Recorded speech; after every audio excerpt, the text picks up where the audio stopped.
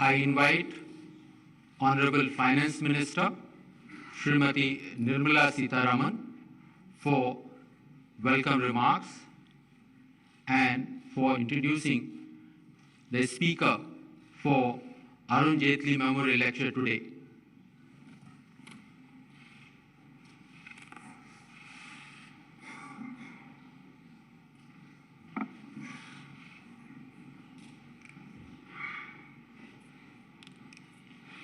Honorable Prime Minister, Senior Minister Shanmugaratnamji, distinguished invited guests, we are gathered here for the Arun Jaitley Memorial Lecture.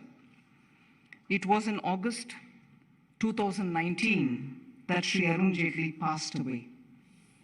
PM Modi and Government of India, in Arun Jaitleyji's honor, named National Institute of Financial Management after Sri Arun Jaitley. It was also decided that a lecture in his memory will be held annually. However, because of COVID, we could not commence this in 2020 or in 2021. A few words on Sri Arun Jaitley. His remarkable political career, which began with a 19-month imprisonment because he was protesting against the emergency, his successful legal practice, his great debates in our parliament, the ease with which he served as a minister in many ministries and departments, both under PM Vajpayee and under PM Modi. So much can be said about each one of these. Guided by PM Modi, he was the person behind two major reforms introduced in the earlier tenure of our government under Prime Minister Modi: the GST and the Insolvency Bankruptcy Code. It was during his tenure that the date of the presenting of our annual budgetary statement in the Parliament was advanced to 1st February from end February. Also, to present one budget in the place of two, the railway and the general budget, was a decision taken during his tenure. He valued the good discourses. He never rejected an invitation to address a good thinking audience, be it in a university or a think tank or even in a college. His interest in cricket, his love for fine things in life, fountain pens or watches, we all know of it. A great connoisseur of food, he could name the best restaurants in at least 25 cities across the world. He had friends across party lines and was always ready to help. In recognition of the contribution Sri Arun Jaitley made to the nation, the service to the nation, and in order to perpetuate his memory, Ministry of Finance, Government of India is instituting this annual lecture series titled the Arun Jaitley Memorial Lecture. We are grateful and happy that the first Arun Jaitley Memorial Lecture is being delivered by Sri Tharman Shanmugaratnam. Sri Shanmugaratnam is Senior Minister in Government of Singapore. He was previously Singapore's Deputy Prime Minister and before that, Finance and Education Minister. He is concurrently the Chairman of the Monetary Authority of Singapore, the nation's central bank and financial regulator. Mr. Shanmugaratnam has spent his entire working life in public service, in roles principally related to economic and social policies. Again, Mr. Shanmugaratnam co-chaired the G20 High-Level Independent Panel on Financing Future Security from Pandemics in the year 2021. He currently co-chairs the Global Commission on the Economics of Water, which is aimed at re-envisioning and proposing solutions to overcome a growing crisis of access to clean water. He is also a member of the United Nations High-Level Advisory Board on Effective Multilateralism. He also has led the G20 Eminent Persons Group on Global Financial Governance. Mr. Shanmugaratnam chairs the group of 30, an independent global council of economic and financial leaders. He also chairs the Global Education Forum and the advisory board for the UN's Human Development Report. He earlier chaired the International Monetary Fund and Financial Committee, IMFC, for 4 years. He was the first Asian chair. I'm indeed grateful and happy that the first lecture is being delivered by Sri Tharman Shanmugaratnam. Thank you.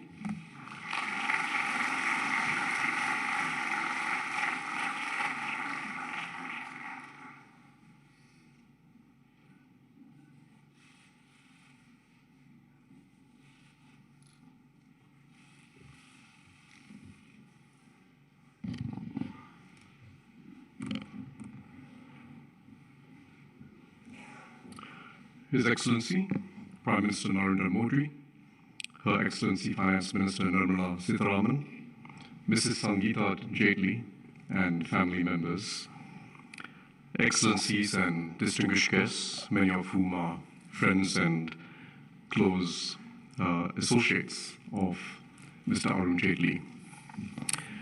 It is a real honor and privilege for me to be speaking at this inaugural lecture named after one of India's most outstanding public leaders. I knew Arun when I was the Deputy Prime Minister and Finance Minister. We had many exchanges, and he left a deep impression on me, an impression of his character. He was, on the one hand, a person of unusual humility and generosity, but he was also a person who clearly had self-belief. He had an unusual combination of humility and self-belief. And that was part of the reason why Arun Jaitley was a man for all seasons and all parties.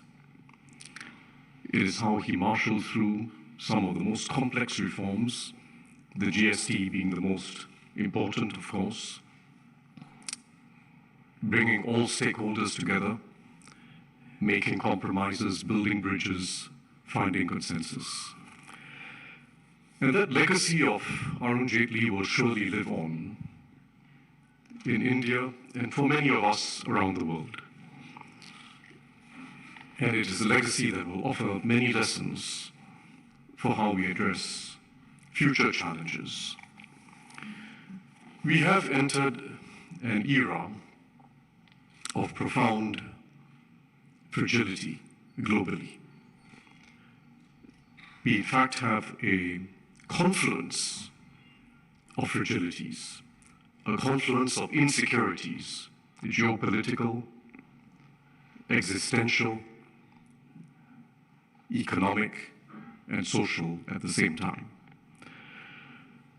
We know the geopolitical. We know that the risk of escalating geopolitical tensions and conflicts is greater than it has been at any time since the end of the Cold War. The global system of rules and norms aimed at preserving peace and territorial integrity was never perfect. It was always imperfect. But what's happening in Ukraine is a major rupture and will have ramifications that go beyond just another conflict or another war. And the ramifications could be catastrophic. Second, we have a prospect of stagflation, higher inflation and slow growth for a period of time, not just for a year or a year and a half. And in the advanced countries, there's a very real prospect of a recession in the near term. The risks of high inflation preceded Ukraine, but are of course now accentuated. And critically, although the levels of inflation and having slow growth or recession for a while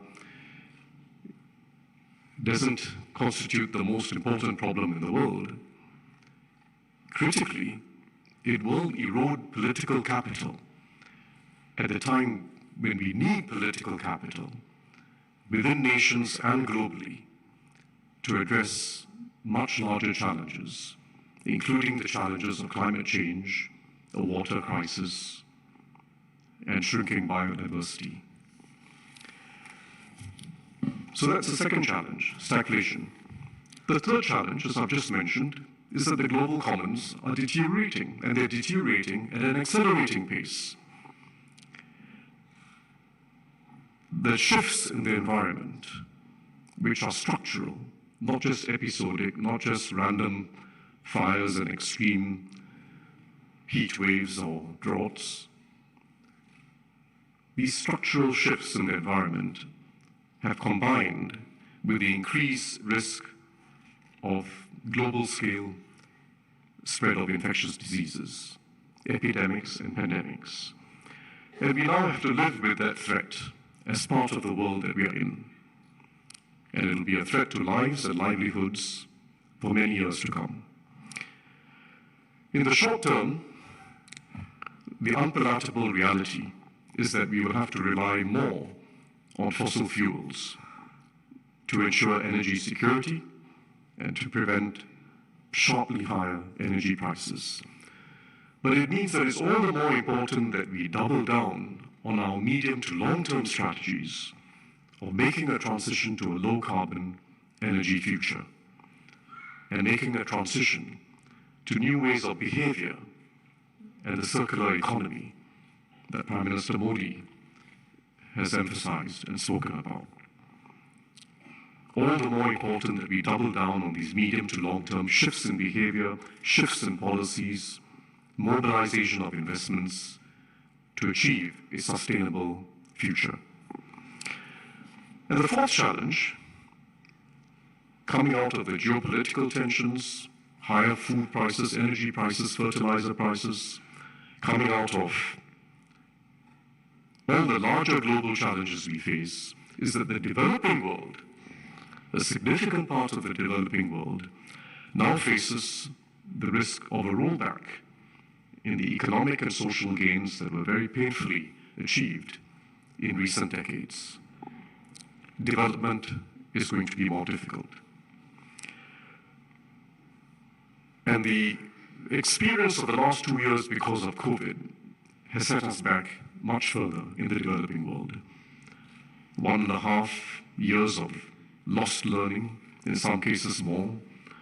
It's not just a short-term loss, it's a loss for the long term, for all the young children who are affected. And we risk the permanent scarring of the young, further disempowerment of girls, because many of the girls are not going back to school, and we risk something more than that. We risk civil wars and conflicts between neighboring states. So we have a confluence of challenges that is unprecedented in its combination, and it's not here for the short term. This is not a perfect storm. It's not a perfect storm in the traditional sense of a conjuncture of one-off events or random shocks. We have entered a perfect long storm, structural insecurities that are going to be with us for some time to come. Geopolitical, existential, economic, social. And we cannot wish these insecurities away. Nor can we pretend that today's state of multilateralism is going to enable us to address these insecurities. We do need a new and stronger multilateralism, more effective in meeting both the nation's own interests and our collective interests. The overriding priority must be to avoid a polarized world. That the world is becoming more multipolar is irreversible. And that's the mark of success of the global economy. There are many more poles of success and influence. That's irreversible. But we must prevent a multipolar world from becoming a polarized world. That has to be our overriding objective. It requires a new strategic understanding amongst the major nations, an understanding that has to be shaped by what they share in common, what their common interests are, which is to provide security from climate change and pandemics, to provide peace, and to avoid global financial crises. These are challenges that every nation faces. Every nation has an interest in avoiding this, avoiding climate change, going beyond the bounds of what will be safe, avoiding pandemics, preserving peace, and avoiding major financial crises.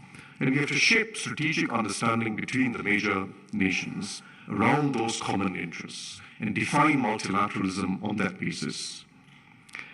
The rules of the game will have to be updated to make sure that trade is fair, that there's no harmful competition. Supply chains are being diversified, not just because of COVID. It was happening before COVID, and COVID has accelerated it. But let's not retreat from an open, integrated global order, which has been hugely beneficial to all nations, including the largest nations. It will not assure us of peace. Economic interdependence does not assure us of peace, but it makes peace much more likely than a world of increasingly decoupled markets, data, payments, technologies. We must stay open and stay integrated. Achieving this will require geopolitical skill and leadership. And India will be taking over the G20 presidency next year at this very important time, when leadership is required and new directions are required, including new directions in the existing multilateral institutions, like the World Bank, like our multilateral development banks, which have to be refashioned for a world that is fundamentally different from the time when they were originally established. A world where the challenges of the global commons are central to every nation's future, including especially developing nations, in addition to poverty alleviation. India itself is looking to its next 25 years, having reached 75 years of independence. It has emerged with strength from COVID, and it is now looking to create, as Prime Minister Modi says, the new India. And India's challenges in the next 25 years are enormous, despite all the global challenges we face. In fact, India has greater opportunity than any other major nation in the next 25 years. But realizing the opportunity will require higher ambition in growth, higher ambition in social inclusivity, and high ambition in developing a sustainable society and economy. It also requires greater urgency. India will have to accelerate the pace of reforms that has been started and reorient the role of government. But India is able to build on the very distinctive achievements of recent years. I would say dramatic achievements of recent years. Two in particular. First, almost unique internationally, the large-scale implementation of the large-scale provision of basic social amenities to hundreds of millions of people within a short space of time. Hundreds of millions of people, basic social amenities, toilets, electrification of all villages, 98% of India is now having access to electricity. Perhaps not the entire day, but it's got access to electricity which didn't exist before. Clean cooking gas, when in fact hundreds of millions of people depended on pollutive forms of ways of cooking in the past, with great impact on their health, particularly the women. Primary healthcare centers, 150,000 primary healthcare centers being set up all around the country to provide close access wherever people live, all as part of Ayushman Bharat, public health assurance. Most recently, functioning water taps and water pipes all across the country. Work in progress, but a very important task. And all of these, if you think about them, toilets, electrification, clean cooking gas, functioning water taps, particularly empower women. It's the women who've been spending hours every day queuing up for water. They particularly empower women. And I know Prime Minister Modi started this in Gujarat some years ago, but this is an immense historical task, correcting a legacy of neglect for the poor, for ordinary people in the rural areas, and for girls and women. Immense historical task. So that's the first unusual achievement of recent years that India builds on as it looks to the future. The second, equally dramatic, is what has been achieved to provide for digital and financial inclusion, again on an immense scale. In a country with 29 different states, with different democratically elected governments, and vastly differing stages of development. Immense achievement.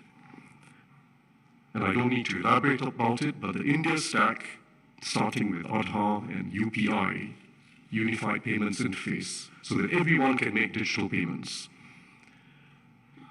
is a remarkable achievement on a global scale.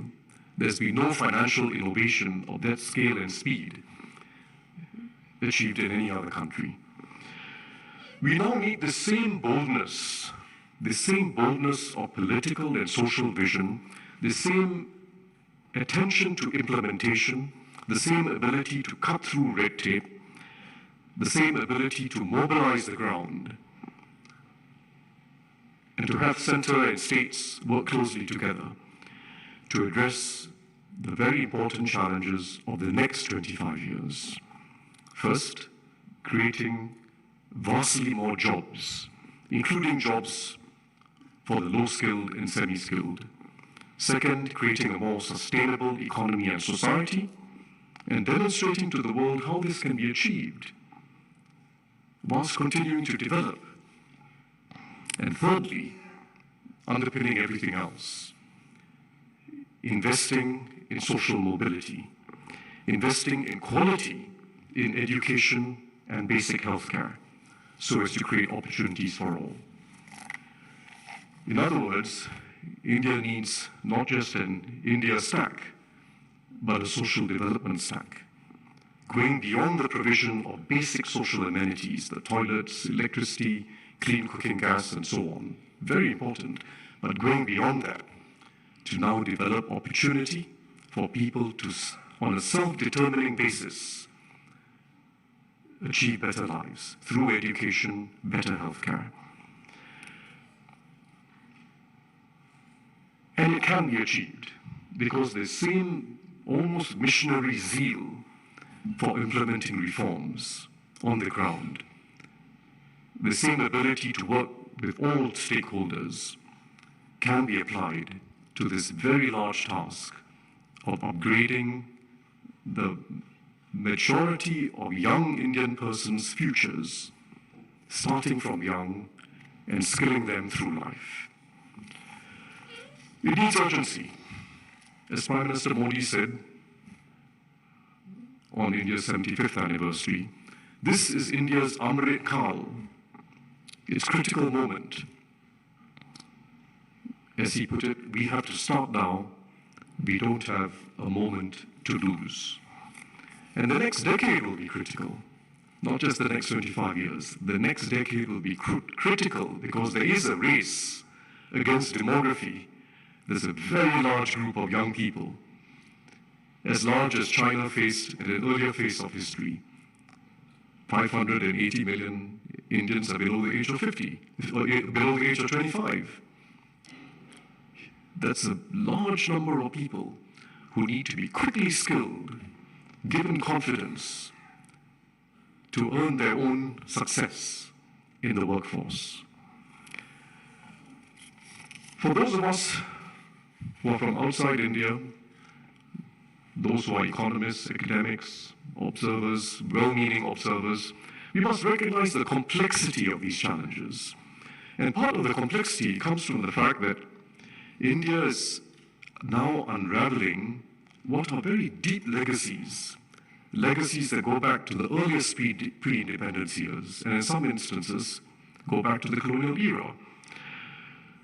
A legacy of economic thinking and strategies that from the earliest years of independence relied on state control of the economy and complex and frequently changing regulation.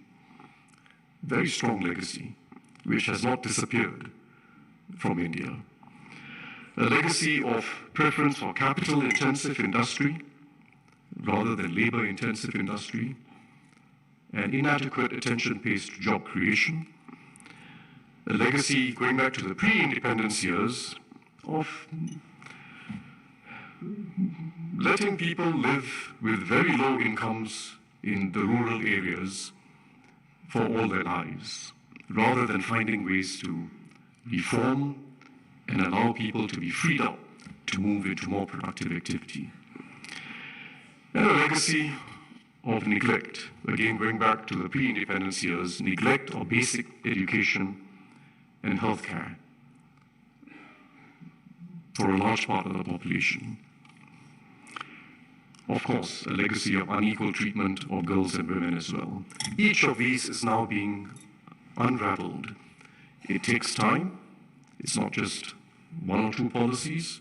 It will take missionary zeal, but there's urgency now in moving faster. India needs this urgency. It requires much higher growth and much deeper inclusivity, and the two go together. You cannot sustain high growth for 25 years, let alone 40 years, without much deeper inclusivity, and you cannot achieve inclusivity without higher growth. As Arun Jaitley put it in 2017, he asked the question, how do you fight poverty? And as he put it, you need a high level of growth. Growth brings in resources, and the policies of the state have to be aimed at achieving a high level of growth. It's absolutely necessary to tackle poverty and achieve inclusivity. But he also asked, will growth itself address or remove poverty? No, growth itself doesn't. You also need social activism, putting the poor at the forefront of thinking, of public consciousness, of policy, putting the poor at the forefront. And again, I know that Prime Minister Modi has been talking about this very recently. I will talk briefly about growth and jobs, and then I will talk about inclusivity. And I will not cover the ground comprehensively in the interest of time, but let me first say that India is not going to be able to achieve its economic or social ambitions in the next 25 years without substantially higher growth ambition. India must grow by at least 8 to 10% over the next 25 years, 8 to 10% a year. It is the only way in which it is going to be able to both lift average incomes and per capita income, as well as create many more jobs.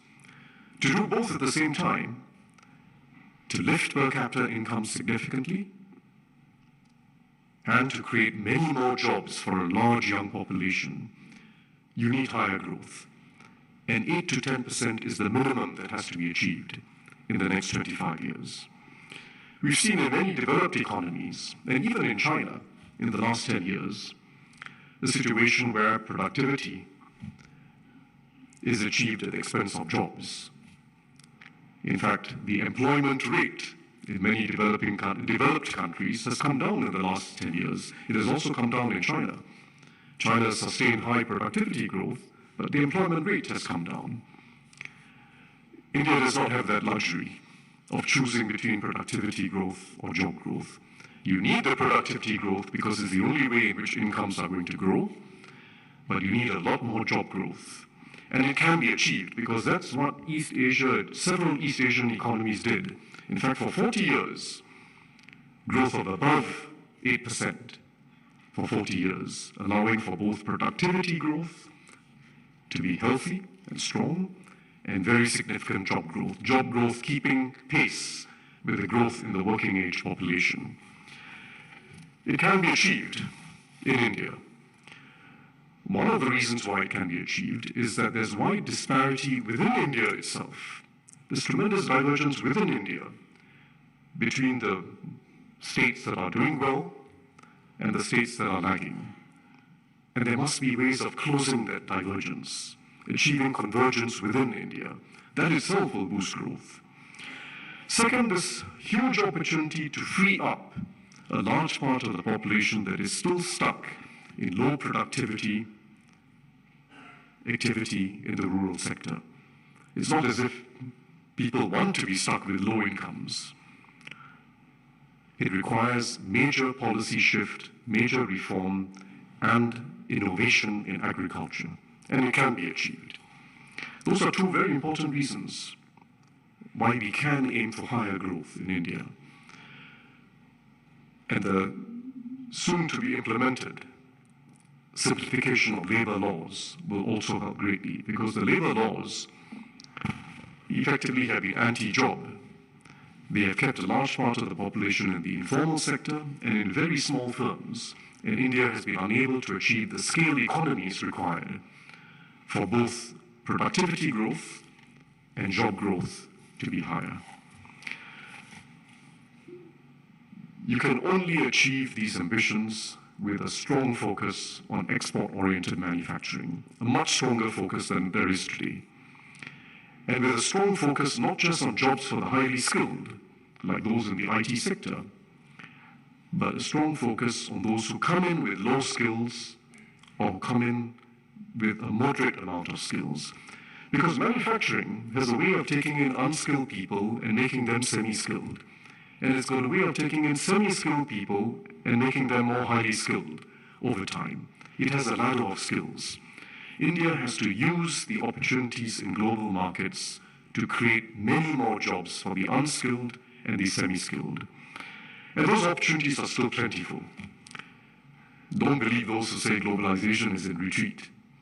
It may no longer be expanding the way it used to be. You may not be getting that hyper pace of expansion, but the level of exports and imports today in goods of many forms is higher, much higher than it was 20 years ago. It may be stabilizing, but it's a huge market of opportunity for India. And it means being willing to specialize in what India is good at, going for an openness in trade and investment by local firms, investment by foreign direct investors. Openness really counts, because then you get the cheapest and best inputs, and you can be a competitive supplier to the world. It's what Germany does, for instance. A large manufacturing economy. They specialize. They specialize in components in which they have a dominating presence globally. They rely on inputs from the rest of the world, and they specialize in components which the rest of the world needs. It doesn't mean producing a whole product. It means specializing in critical components and having that pricing ability. India's success, already seen now in electronics, in vaccine manufacturing, shows the way forward. The PLI scheme, the Production-Linked Incentive Scheme, is working well, and it has to be expanded, with a special focus on labor-intensive industries. This can work for India. India can achieve. It can achieve and can become a leading export manufacturing nation. Agriculture is critical. We have to create better jobs in agriculture. And we know what the reforms required are. And it will require more R&D in higher yield crops, weather-resistant crops, and so on. But it's also very important in addressing the water crisis, because agriculture in India is taking a very large toll on water. 90% of all freshwater use in India is in agriculture. Globally, it's about 70% or close to 70%. 90% of all freshwater use is in agriculture. We need a far more efficient system of water use, precision irrigation, innovations that can improve soil quality. These are innovations that exist and need to be scaled up across the Indian agricultural sector. And it will raise incomes and free up people to move into urban areas for other types of jobs, including higher productivity jobs. And I want to also say that whilst the digital economy offers significant prospects for India in the next decade, 2 decades, perhaps 3 or 4 decades, because the world needs more software, and India's got an abundance of scientists and engineers and software developers who are good at this, that will still be a very small fraction of the workforce. It's a very small fraction of the workforce. We have to think of other services that can generate jobs. And tourism in India and the craft economy offer significant potential as well. India is still not tapping its full potential for tourism. It's a remarkable country to visit for people from anywhere in the world.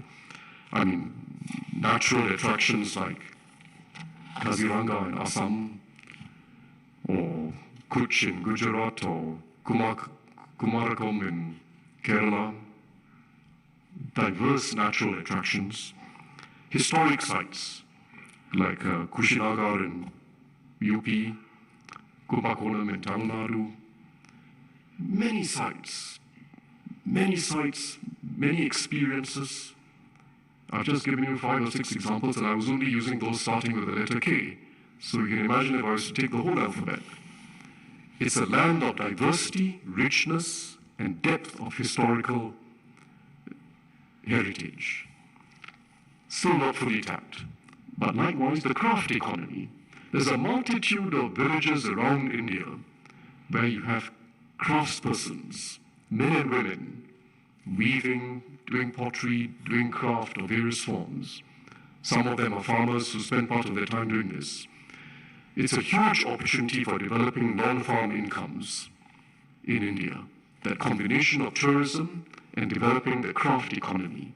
Unique, differentiated products all over India. And I just wanted to highlight that opportunity. Finally, let me move to inclusivity, which underpins everything else. We must address the challenge of child stunting soon. It's still a major challenge. Almost 40% of Indian children are stunted. We know the causes: malnutrition, poor diets when young. Again, there's reason for optimism because the recent programs that have been introduced are working well. Poshan Abhiyan, started in some states, has been working well. Significant improvements in maternal health. And the recently launched Nutrition Smart Village initiative, which has to be scaled up across the country, offers promise, harnessing traditional recipes to give people better diets. But it's such an important investment. There's no public investment with higher long-term return than eradicating childhood stunting. Next, education. The new economic policy has been launched. It's extremely important, and basically, if I were to summarize what has to be done, there have been improvements in school enrollment, girls and boys, but quality is a big issue. Learning outcomes are a big issue. We know the evidence. Pradham and other Toram is a major NGO that does very careful assessment of learning outcomes at different levels. Essentially, at Standard 5, almost 50% of the kids are unable to achieve Standard 2 levels of literacy and numeracy. And once you've been set back at that level, it's not easy to catch up. So we have to improve quality in our schools as a major objective. And again, here there's reason for optimism because Niti Aayog has been doing these educational quality index studies. And they find again that some places are improving much faster than others, including in the large states. Even amongst large states, some have been moving much faster than others in recent years. And the source of improvement is improved governance of education. How teachers are selected, how school leaders are appointed. It's governance. A public school system can achieve quality. I say this coming from Singapore because we have a very highly regarded education system. It's a public school system. None of the countries in the upper band of the annual PISA rankings, or once in 2 year PISA rankings, none of them have decentralized school systems. They all have public school systems or school systems that are coordinated by the public sector. And as India's enrollments have gone up, with a large increase in enrollments in the public schools, it is critical that we bring quality into the public school system. And finally, higher education needs reform. The Prime Minister just spoke about this recently again. Like many other countries in the world, and like China in fact, India's higher education system has been overly academically oriented. And it just hasn't prepared the vast majority of graduates for the working world. The large corporations take some of them in and then they put them through an additional year of training just to make them ready for work. But higher education has to have a stronger applied and skills orientation. And we need to follow that up through the years once people are in their career. Skills centers and skills-oriented universities are critical. I just came from one in Assam because at the suggestion of the Prime Minister, Singapore has been collaborating with the Assam state government to set up a skills center. These are all doable directions. We can achieve it. Reform education, improve governance, focus on skills. Let me conclude by saying something of a broader nature. I was listening recently to an outstanding musical performance by 3 of India's most accomplished classical musicians, Zakir Hussain, Kala Ramnath, Jayanti Kumarish, tabla, violin, veena. Traditions of both the North and South, the 3 of them came together. And they've been performing across the United States to full crowds. In fact, they're going to be performing in Singapore in a few weeks' time, and I will be there together with my wife. Now, they decided to call themselves, for the purpose of these performances, Triveni. Triveni named after Triveni Sangam, the mythical confluence of rivers, Ganga, Yamuna, and Saraswati. So they call themselves Triveni. And I was just listening to them, and I realized this was an unusual confluence, because it was not just about their individual genius, and they are musical geniuses, each of them. Each of them are geniuses. But it was not just their individual genius. As you listen to a performance of that nature, it's all about improvisation, as you know. Each of them listening to the other, teasing them a little bit, prompting them, taking over, co-creating and co-empowering. That's what it's about. It's a collective genius. India has no lack of individual top talents. It may be overrepresented internationally. But what it has to develop is that collective capability, co-empowerment, co-creation, and having a high degree of trust amongst each other.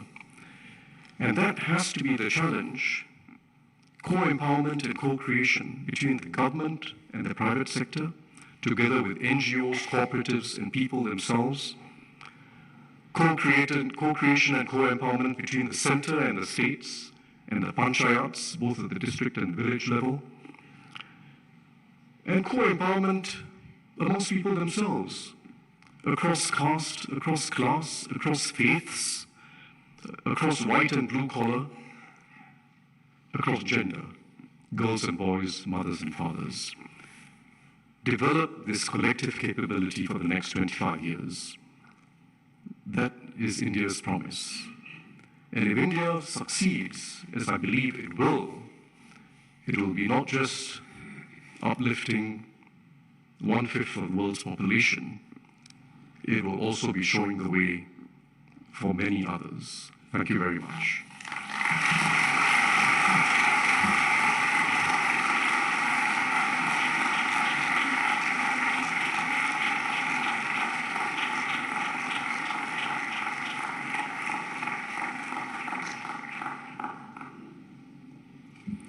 I thank Honorable Senior Minister from Singapore, Sri Tharman Shanmugaratnam, for this comprehensive inaugural lecture on India's journey towards growth with inclusivity and inclusivity with growth.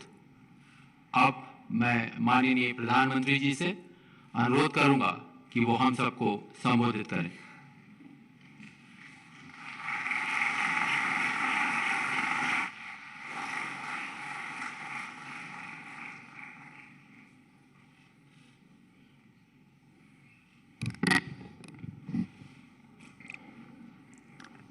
नमस्कार. आज का दिन मेरे लिए अपूरणीय क्षति और असहनीय पीड़ा का दिन है. मेरे घनिष्ठ मित्र और जापान के पूर्व प्रधानमंत्री श्री शिंजो आबे अब हमारे बीच नहीं रहे हैं. आबा जी मेरे तो साथी थे ही, वो भारत के भी उतने ही विश्वसनीय दोस्त थे. उनके कार्यकाल में भारत जापान में उनके जो राजनीतिक संबंध थे हमारे, वो को नई ऊंचाई तो मिली ही. हमने दोनों देशों की साझी विरासत से जुड़े रिश्तों को भी खूब आगे बढ़ाया. आज भारत के विकास की जो गति है, जापान के सहयोग से हमारे यहाँ जो कार्य हो रहे हैं, इनके जरिए शिंजो आबे जी भारत के जनमन में सालों तक बसे रहेंगे. मैं एक बार फिर दुखी मन से मेरे दोस्त को श्रद्धांजलि देता हूं. साथियों, आज का ये आयोजन मेरे और एक घनिष्ठ मित्र अरुण जेटली जी को समर्पित है.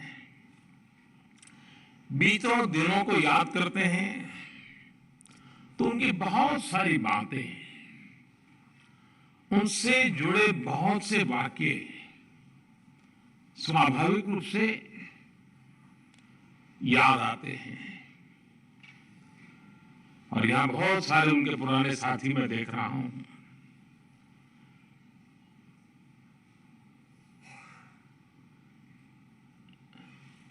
उनकी ऑरेटरी हम सब उसके कायल थे, और उनके वन लाइनर लंबे अरसे तक हवा में घूमते रहते थे. उनका व्यक्तित्व विविधता से भरा था और उनका स्वभाव सर्वमित्र वाला था. यहां जितने भी लोग दिखते हैं, हर एक की अलग अलग दुनिया है, लेकिन सब अरुण के मित्र थे. ये अरुण के सर्वमित्र की विशेषता थी. और उनके व्यक्तित्व की इस खूबी को सभी आज भी याद करते हैं और हर कोई अरुण की कमी महसूस करता है। मैं अरुण जेटली जी को अपनी विनम्र श्रद्धांजलि देता हूं।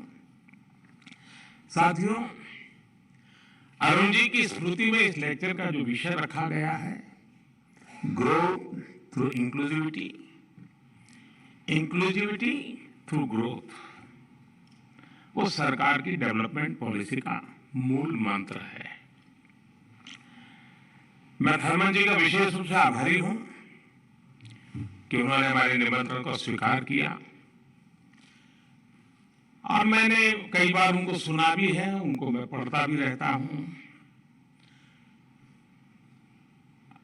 उनकी बातों में, उनके अध्ययन में, वो सिर्फ भारत में ही बोलते हैं तब नहीं, दुनिया के अन्य देशों में भी जब जाते हैं तो काफी रिसर्च करते हैं।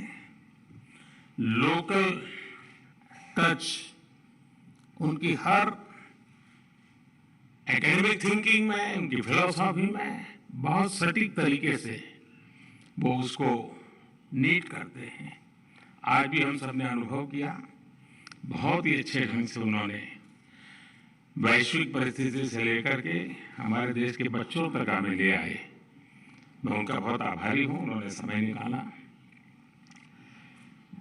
साथियों, जिस विषय पे यहां चर्चा हो रही है, जिस विषय को लेकर के आज अरुण जेटली व्याख्यान माला का हमारा प्रारंभ हुआ है, अगर मैं इसी को सरल भाषा में कहूं तो एक प्रकार से ये थीम, मेरी सीधी सादी भाषा में मैं कहूंगा, सबका साथ सबका विकास। लेकिन इसके साथ ही इस लेक्चर की थीम आज के पॉलिसी मेकर्स के सामने आ रही चुनौतियां और दुविधाओं को भी कैप्चर करती है। मैं आप सभी से एक प्रश्न पूछना चाहता हूं, क्या बिना इंक्लूजन के सही ग्रोथ संभव है? आप अपने आप को पूछिए, क्या बिना ग्रोथ के इंक्लूजन के बारे में सोचा भी जा सकता है? क्या हेड ऑफ द गवर्नमेंट के तौर पर मुझे 20 साल से भी अधिक समय से काम करने का अवसर मिला है और मेरे अनुभवों का सार यही है कि बिना इंक्लूजन के रियल ग्रोथ संभव ही नहीं है और बिना ग्रोथ के इंक्लूजन का लक्ष्य भी पूरा नहीं किया जा सकता। और इसलिए हमने ग्रोथ थ्रू इंक्लूसिविटी का रास्ता अपनाया, सबके समावेश का प्रयास किया। बीते 8 वर्षों में भारत ने इंक्लूजन के लिए जिस स्पीड के साथ काम किया है, जिस स्केल पर काम किया है, वैसा उदाहरण आपको पूरी दुनिया में कभी भी नहीं मिलेगा। बीते 8 साल में भारत ने 9 करोड़ से ज्यादा महिलाओं को मुफ्त गैस कनेक्शन दिया है। 9 करोड़। ये संख्या south Africa, Australia, Singapore, New Zealand, इसकी सारी आबादी को भी जोड़ दें तो उससे भी ज्यादा होती है।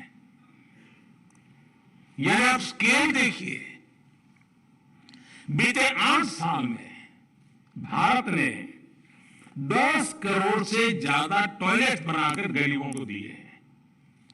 धर्मन जी ने इसका बड़ा पैशन होकर के उल्लेख किया। यह संख्या साउथ कोरिया की कुल आबादी के 2 गुने से भी ज्यादा है। बीते 8 साल में भारत ने 45 करोड़ से ज्यादा जनधन बैंक अकाउंट खोले हैं।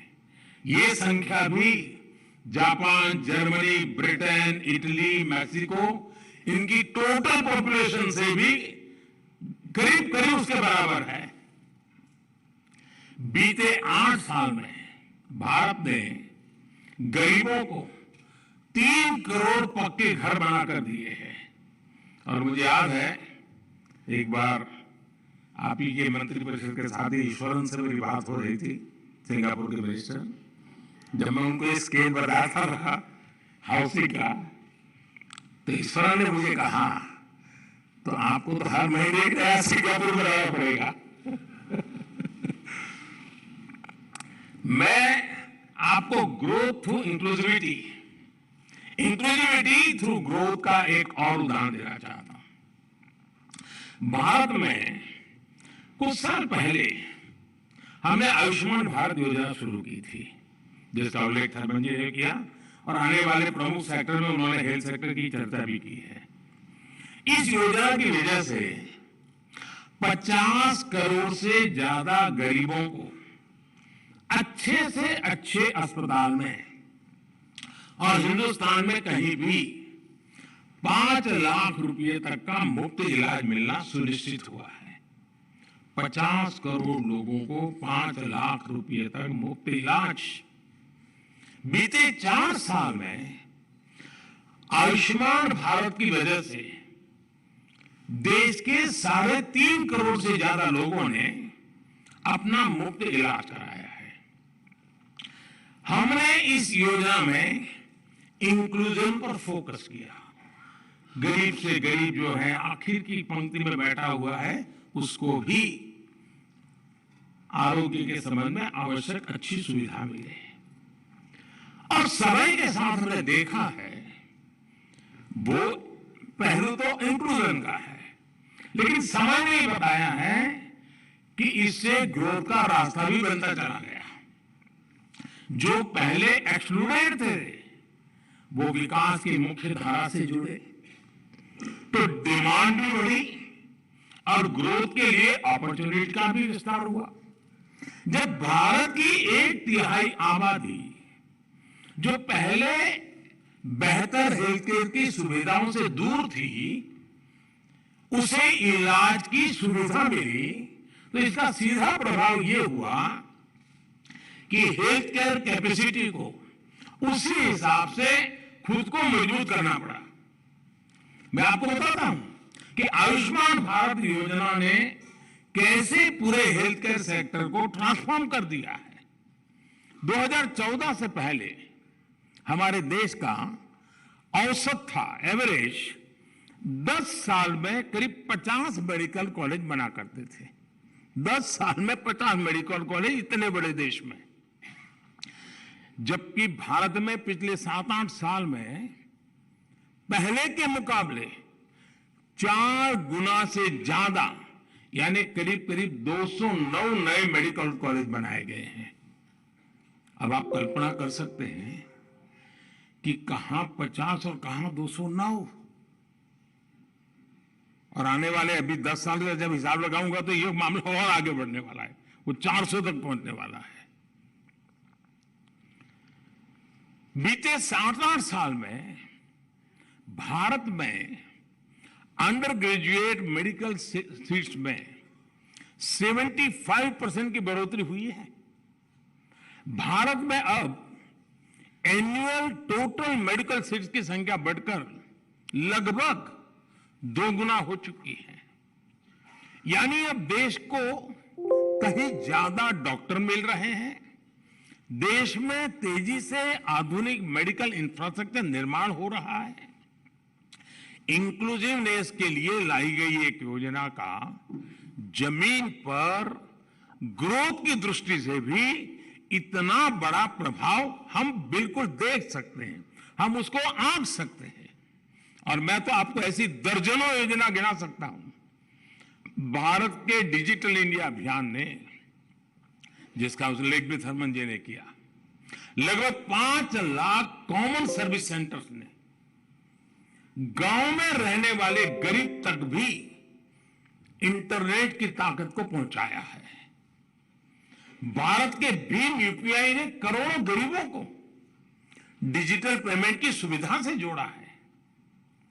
भारत की स्वनिधि योजना ने रेहड़ी पटरी वाले साथियों को बैंकिंग व्यवस्था से जुड़ने का अवसर दिया है। जो हमारे यहां नगर पालिका में, महानगर पालिका में जो रेहड़ी पटरी वाले होते हैं, जिनके साथ हमारा रोज का नाता होता है, बैंक मैनेजर होगा, उसके घर में रोज रेडी पटरी वाला माल देता होगा, लेकिन उसको बैंक में जगह नहीं होगी। यह हाल था। आज हमने इसको जोड़ दिया है। उसी प्रकार से भारत ने एक बहुत बड़ा काम किया है। दुनिया उस पर काफी कुछ इन दिनों जो अर्थशास्त्री लोग हैं वो लिख भी रहे हैं, बड़ी बड़ी एजेंसियां उसका रेटिंग भी कर रहे हैं। भारत का एक इनिशिएटिव है एस्पिरेशनल डिस्ट्रिक्ट प्रोग्राम। देश के 100 से ज्यादा जिलों में रहने वाले करोड़ों साथियों को अपलिफ्ट कर रहा है।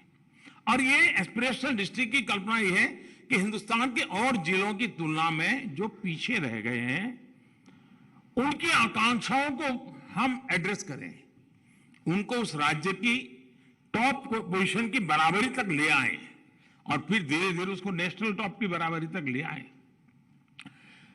साथियों, इसका इतना बड़ा पॉजिटिव इंपैक्ट हुआ है और एक प्रकार से इन 100 डिस्ट्रिक्ट का इंक्लूजन हो रहा है डेवलपमेंट की दुनिया में। भारत की राष्ट्रीय शिक्षा नीति और एक बहुत बड़ा पैराडाइम शिफ्ट है और शिक्षा पर भी थर्मन जी ने काफी बल दिया अपनी बातचीत में।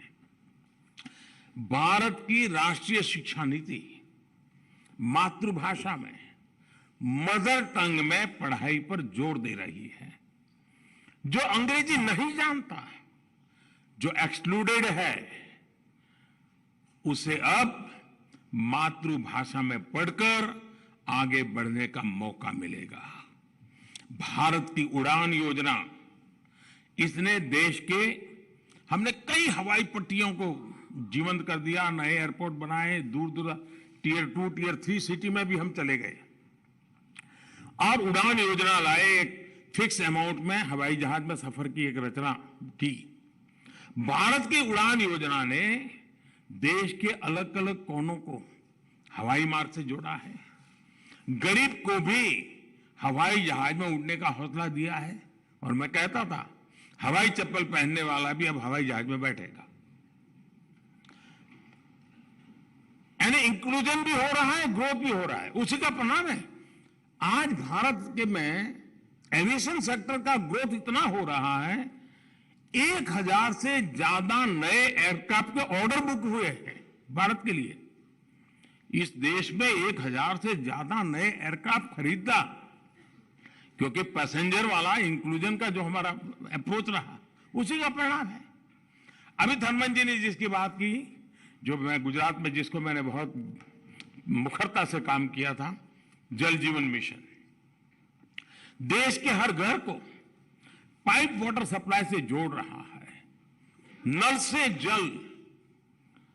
और उस सिर्फ वो पानी मिलता है नहीं, वो उसका समय बचाता है, कठिनाइयां बचाता है, हेल्दी कंडीशन के लिए वाटर की बहुत बड़ी भूमिका रहती है। उन सारे दृष्टि से ये मिशन बहुत बड़ा सामाजिक जीवन, और जिन्होंने बच्चों के न्यूट्रिशन का विषय किया उसका संबंध पानी से भी है। शुद्ध पानी, पीने का शुद्ध पानी, ये भी न्यूट्रिशन के लिए, बच्चों के लिए बहुत महत्वपूर्ण विषय है। और हमारा नल से जल अभियान उस इश्यू को भी एड्रेस करने वाला का एक बड़ा महाअभियान का हिस्सा है। सिर्फ 3 साल में ही इस मिशन ने 6 करोड़ से ज्यादा घरों को पानी के कनेक्शन से जोड़ा है। भारत में मोटे तौर पर लगाया हिसाब तो 25-27 करोड़ घर है, उसमें से 6 करोड़ घरों को पानी पहुंचा दिया है जी। ये इंक्लूसिवनेस आज देश के सामान्य मानवी का जीवन आसान कर रही है, उसे आगे बढ़ने का हौसला दे रही है। और किसी भी देश के विकास में इसका कितना महत्व है, ये आप अर्थ जगत के लोग जो यहां बैठे हैं वो भली भांति इस बात को जानते हैं। मैं आपको एक और उदाहरण देना चाहता हूं। आप भी जानते हैं, और ये तो मैंने देखा है कि यूएन में भी इसकी चर्चा होती है, एसडीजी में भी उसकी डेवलपमेंट गोल के अंदर इन मुद्दों पर चर्चा होती है। और वो कह रहा है दुनिया में दशकों से अनेक देशों में प्रॉपर्टी राइट्स ये बहुत बड़ा इश्यू बना हुआ है। और जब प्रॉपर्टी राइट्स की बात करते हैं तब समाज के जो आखिरी लोग होते हैं वो सबसे ज्यादा वनरेबल होते हैं, उनके पास कोई दस्तावेज नहीं होता है, सबसे ज्यादा मुसीबतें उनको झेलनी पड़ती है। लेकिन आपको जानकर के खुशी होगी कि भारत ने इस दिशा में जिस तेजी से काम किया है वो अभूतपूर्व है। और मैं मानता हूं दुनिया के एकेडमिशियन, दुनिया के इकोनॉमिस्ट इस विषय को अध्ययन करेंगे और दुनिया के सामने इस विषय को प्रस्तुत करेंगे कि स्वामित्व योजना के माध्यम से देश के ग्रामीण क्षेत्र में घरों और इमारतों की मैपिंग का काम बड़े पैमाने पर चल रहा है। अभी तक भारत के 1.5 लाख गांवों में ये काम हम ड्रोन की मदद से करते हैं। ड्रोन से सर्वे होता है और टेक्नोलॉजी का भरपूर उपयोग होता है और पूरा गांव वहां मौजूद रहता है जब ये सारी प्रोसेस होती है तब। और 1.5 लाख से अधिक कामों में ड्रोन से ये सर्वे पूरा किया जा चुका है और 37,000 स्क्वायर किलोमीटर, आप कल्पना करिए, ड्रोन के माध्यम से 37,000 स्क्वायर किलोमीटर जमीन की मैपिंग का काम हो चुका है, मतलब उन घरों से जुड़ी हुई जमीन वाला।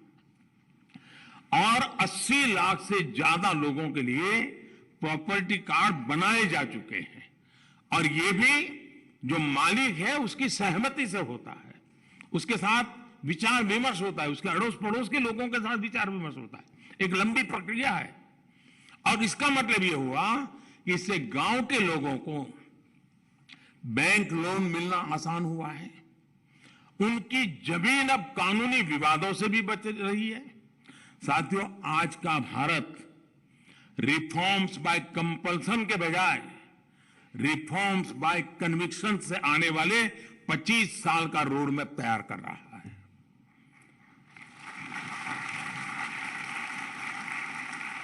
देश आजादी के 100 साल मनाएंगे तब देश कहां होगा, इस लक्ष्य को लेकर के हम आज रोड मैप बना करके आगे बढ़ रहे हैं। दशकों पहले देश ने ये देखा था कि जब कोई रिफॉर्म मजबूरी में होता है तो उसके इंस्टीट्यूशनलाइज होने की उम्मीद कम रहती है। जैसे ही मजबूरी खत्म होती है वैसे ही रिफॉर्म भी बुला दिया जाता है। रिफॉर्म जितने जरूरी होते हैं उतना ही जरूरी वो एनवायरनमेंट होता है, मोटिवेशन होता है। पहले भारत में बड़े रिफॉर्म तभी हुए जब पहले की सरकारों के पास कोई रास्ता ही नहीं बचा था। हम रिफॉर्म्स को नेसेसरी इविल के रूप में नहीं बल्कि एक विन विन चॉइस के रूप में मानते हैं, जिसमें राष्ट्रहित भी है, जनहित भी है। इसलिए बीते 8 सालों में हमने जो भी रिफॉर्म्स किए उन्होंने नए रिफॉर्म्स के लिए रास्ते तैयार किए हैं। अरुण जी आज जहां भी होंगे वो संतुष्ट होंगे कि वो जिस मिशन में भागीदार रहे उसका लाभ आज देश को मिल रहा है। जीएसटी हो या आईबीसी, इनको लेकर सालों तक चर्चा हुई, आज इनकी सफलता हमारे सामने है। कंपनीज एक्ट को डीक्रिमिनलाइज करना हो, कॉर्पोरेट टैक्सेस को कॉम्पिटिटिव बनाना हो, स्पेस, कोल माइनिंग और एटॉमिक सेक्टर्स में को खोलना हो, ऐसे अनेक रिफॉर्म आज 21वीं सदी के भारत की सच्चाई है। साथियों, हमारी policy making pulse of the people पर आधारित है। हम ज्यादा से ज्यादा लोगों को सुनते हैं, उनकी आवश्यकता, उनकी आकांक्षाओं को समझते हैं। इसलिए हमने पॉलिसी को पॉपुलिस्ट इंपल्सिस के दबाव में नहीं आने दिया। पीपल्स पल्स के अनुसार फैसले लेना और पॉपुलिज्म के सामने हथियार डाल देने में क्या फर्क होता है, ये कोविड काल में हिंदुस्तान ने देखा है और देखा है नहीं, दुनिया को दिखाया है।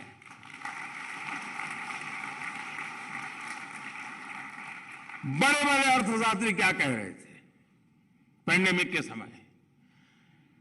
जब पैंडेमिक आई तो पूरी दुनिया में बड़े बेल आउट पैकेज के लिए, डिमांड ड्रिवन रिकवरी के लिए पॉपुलिस्ट इम्पल्स था, हम पर भी दबाव था और हमारी आलोचना होती थी, ये कुछ कर नहीं रहे, कुछ दे नहीं रहे, पता नहीं क्या कुछ हमारे लिए कहा गया।